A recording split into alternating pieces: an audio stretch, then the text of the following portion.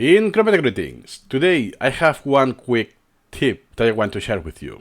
Those are my highlight colors for ignore and for extracts.